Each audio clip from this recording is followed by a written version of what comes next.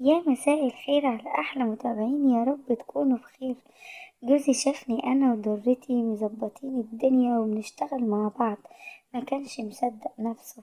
حرفيا اللي شافه صدمه فعلا. صاحب القصة بيقول أنا وأخويا كنا نور عين والدتي، لأن والدتي كانت يتيمة ملهاش أي حد، فكنت أنا وأخويا الكبير قرة عينيها. ما كانتش بتقدر تقعد بعيد عننا إن شاء الله لو كام ساعة بس. ما كانش أي حد متعزز العز اللي كنت متعززه أنا وأخويا. الحمد لله والدتي كان عندها ورث كبير من باباها بعد ما توفى والدي، كمان من عيلة مبسوطة. ولكن يعني برضو ما كانتش بتخلينا نشتغل ولا كانت بتخلينا نتعب خالص. كانت طول الوقت تقول أهم حاجة تخلي بالكم من دراستكم وتخلي بالكم من نفسكم، وده أهم شيء عندي. أخويا الكبير كان غالي جدا عند والدتي بسبب إن هو كان تعبان، وطول الوقت كان بيشتكي بمشكلة في قلبه. مع الأسف ما قدرتش إن هي تعمله العملية اللي كانت عنده دي غير لما سنه وصلت 18 سنة. ولما عمل العملية وبقى كويس، الصراحة والدتي كانت طايرة من الفرحة. وساعتها ده عملت أضحية كتير وطلعت زكا وحاجات كتير جدا بسبب فرحتها ديت. بس الدكتور أكد عليها وقال لها لو عايزاه يكمل الحياة طبيعي لازم تبعديه لا يتجوز ولا إن هو يعمل أي حاجة غير الحياة العادية، لا شغل ولا جواز. هو الدكتور قال لوالدتي كده الصراحة. بس طبعا والدتي كان كل أملها في الدنيا إن هي تفرح بينا.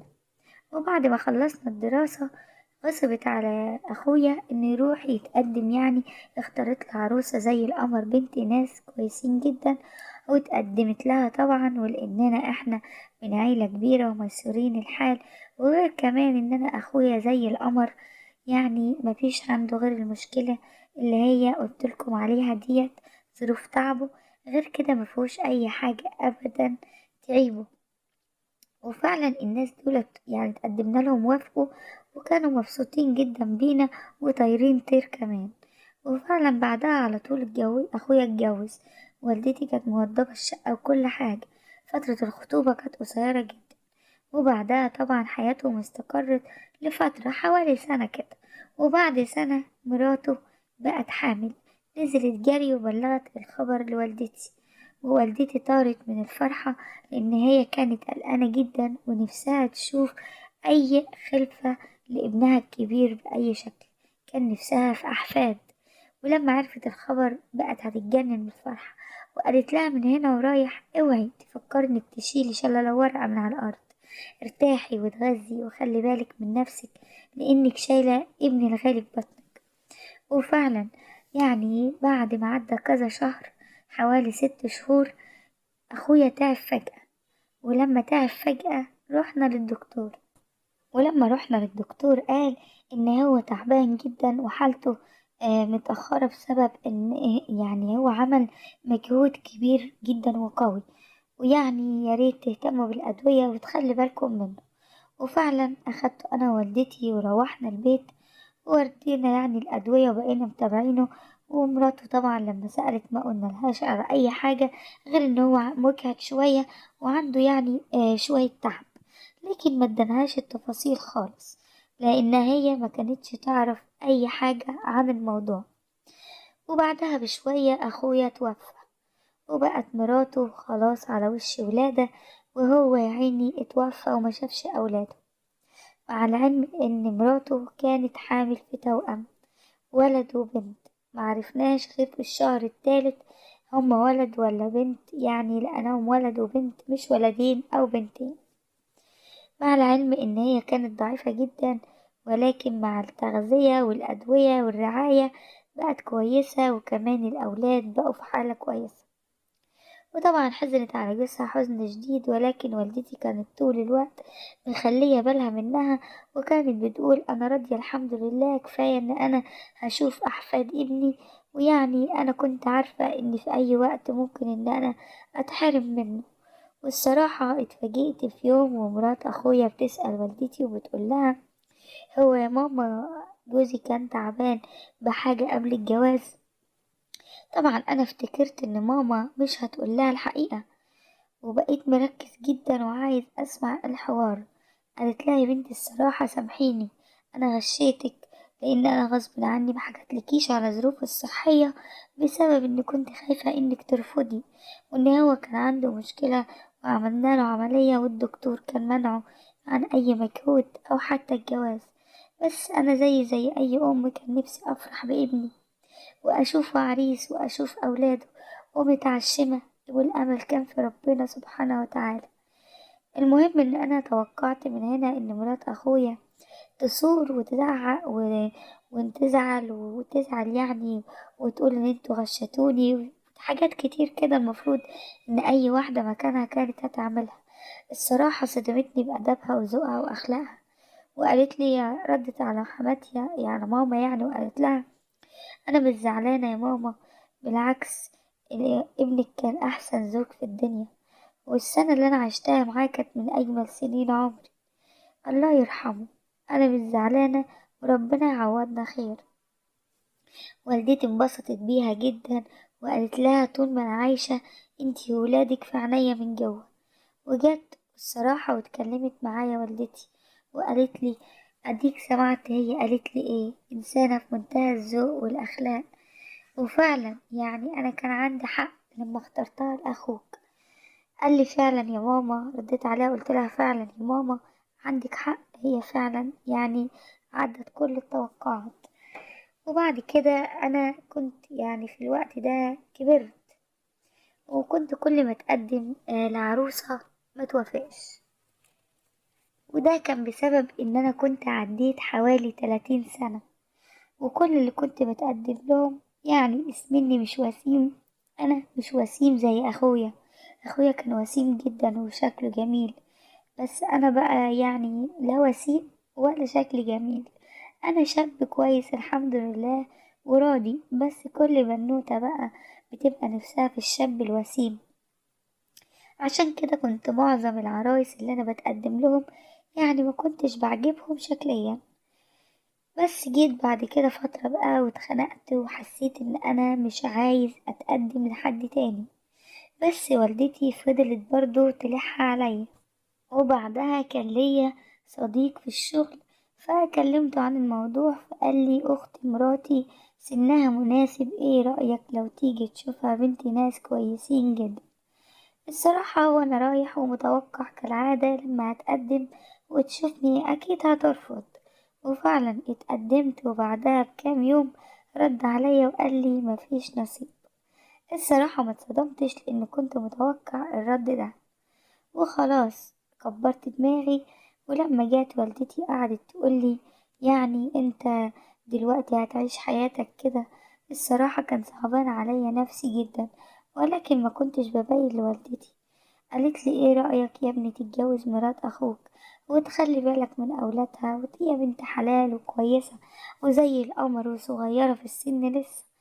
قلت لها: بس يا ماما انا مش عارف، يعني ما عنديش مانع، بس يا ريت لو تكلميها. وفعلا والدتي طلعت كلمت مرات اخويا، ومرات اخويا آه يعني قالت لها: انا موافقة ان انا اتجوزه، بس بشرط هو بس اللي يعرفه. كتبنا الكتاب، وبعدها رحت عشان أعيش حياتي طبيعي. قالت لي: ما ينفعش إن أنا أكون زوجة بعد أخوك الله يرحمه. أنا كده خلاص، أنا بس وافقت على الجواز عشان أولادي يتربوا يعني مرتاحين البال وكويسين. مش عايزة أمشي بيهم من هنا، ومش عايزاهم كمان يتبهدلوا، وإنت برضو مكان باباهم، ياريت تخلي بالك منهم. ومن هنا بدأت الموضوع معايا يقلب حاجة تانية خالص. اتضايقت الصراحة جدا. وفي يوم وانا رايح الشغل تاني يوم على طول، بعد ما صدمتني بالكلام ده، اتفاجئت بصديقي بيقولي: البنت كلمتني وبتقولك ان هي موافقة وحابة تقعد معاك. الصراحة قلتله ما ينفعش، خلاص اي كلام. قال لي ضغط عليا وقال لي لازم، ده هم عاملين غدا النهاردة وقالوا لي لازم ان انت تجيبه وتيجي، زوجتي هناك وهروح عشان اجيبها، فانت لازم تيجي معانا. فروحت معاه، قلت اغير جو وفي نفس الوقت برضه اشوف هم عايزين ايه. قعدوني مع البنوتة اللي أنا كنت متقدم لها، وأنا صارحتها بكل حاجة. قلت لها الصراحة طلبكم جه متأخر، لأن أنا وضعي وظروفي دلوقتي بقت تختلف عن الأول. أنا كتبت على مرات أخويا عشان ظروف أخويا وفاة وأولاده، أربيهم وأراعيهم وأخلي بالي منهم، ولكن هي بالنسبة لي يا بنت الناس مش زوجة، هي بس قدام الناس على ورق. اتصدمت من ردها وهي بتقولي وانا موافقة، واللي انت عملته ده خلاك تزيد في نظري واتمسك بيك اكتر، مش اسيبك او اتخلى عنك. والرد لما راحلك قبل كده راحلك على لسان والدي والدتي، وانا من اول ما شفتك وانا كنت موافقة عليك. فرحت جدا وحسيت ان هي برضو كده ربنا عوضني، عشان انا يعني كان نفسي في بنت حلال. الصراحة هي كانت إنسانة ذوق جدا وكلها أخلاق، ولكن بعد كده بقى حصلت حاجات صعبة. اتجوزنا وبقالنا كام شهر متجوزين. مراتي جميلة وكمان بتهتم بنفسها وبيا جدا. البيت اللي احنا ساكنين فيه بيت على 4 أدوار، والدي ووالدتي قاعدين في شقة، وأنا اتجوزت في شقة، وأخويا فوق كان متجوز في الشقة التانية اللي هي قاعدة فيها دلوقتي مرات أخويا وكمان أولادها. وبعدها بفترة كنت أنا طبعا بخلي بالي من الأولاد ومراعي كل اللي في البيت، مسؤولين مني يعني، وكمان كل اللي والدتي بتقولهولي كنت بعمله. لقيت مرات أخويا في يوم بترن عليا وبتقولي الحقني، البنت سخنة جدا. خدت بعضي طبعا وطلعت جري، ولما طلعت للبنت لقيتها حرارتها عادية، بس هي قالت لي لأ، البنت سخنة. قلت لها أنا شايف إن حرارتها درجة الغرفة يعني مفيش أي حاجة تقول إن البنت سخنة، وبعدين نصبر عليها شوية، لو لقيناها تعبانة ممكن نروح بيها للدكتور. لقيتها اتضايقت وقالت لي يعني ايه نستنى شوية. قلت لها يا ستي لو انت شايفة ان هي تعبانة ومحتاجة دكتور نروح دلوقتي.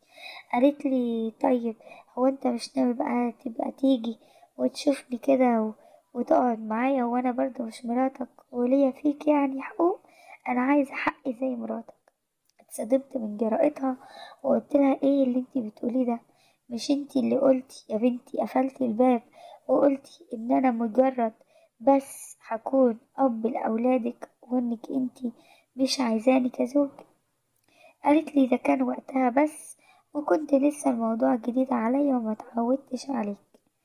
الصراحة قلت لها طيب ابلغ مراتي بقى وارتب نفسي وليك الحقوق زيها.